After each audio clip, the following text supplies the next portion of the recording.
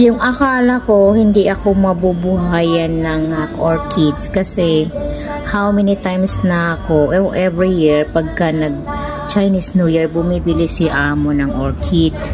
So, kapag inaalagaan ko, namamatay. So, ayan na nga guys, oh. O, diba? 1 year na siya, magwa 1 year na siya ng February, pero tingnan nyo naman, may umusbong na, diba? Siguro yan na yung meron pa niyan sa likod niya. Siguro may niya yan, magiging bulaklak niya na yan, no? Sana, diba? Inaalagaan ko talaga siya, sinusubukan kong wag siya mamatay, no? Kasi gusto kong siyempre may halaman sa loob ng bahay. Kasi si amo hindi nabubuhayan ng halaman. So, yun. Tsaka bumili rin ako ng mga cactus doon sa isang store sa One Chai, ayan.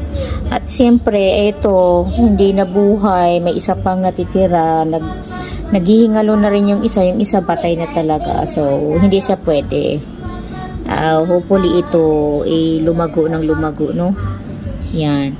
At saka ito, hindi ko alam kung paano siya ibigyan ng buhay or maging green. Kasi, siya nagiging yellowish yung kanyang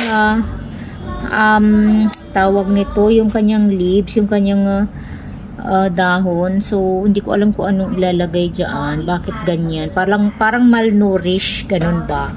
Buti pa tong aking orchid, oh. Kumikinang, green na green siya. At saka mukhang, ayun, ang daming tumutubo sa yung mga ganito niya, mga tangkay-tangkay niya, mga ganyan.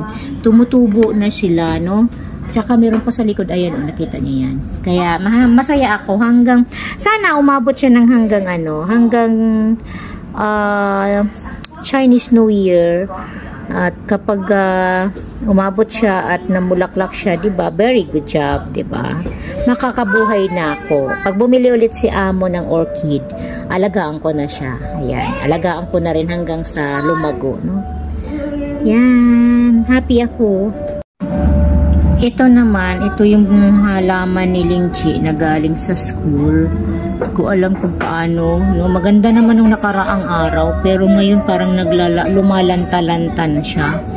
Nilalagyan ko naman siya ng water. Diba? Bakit ganyan siya, no?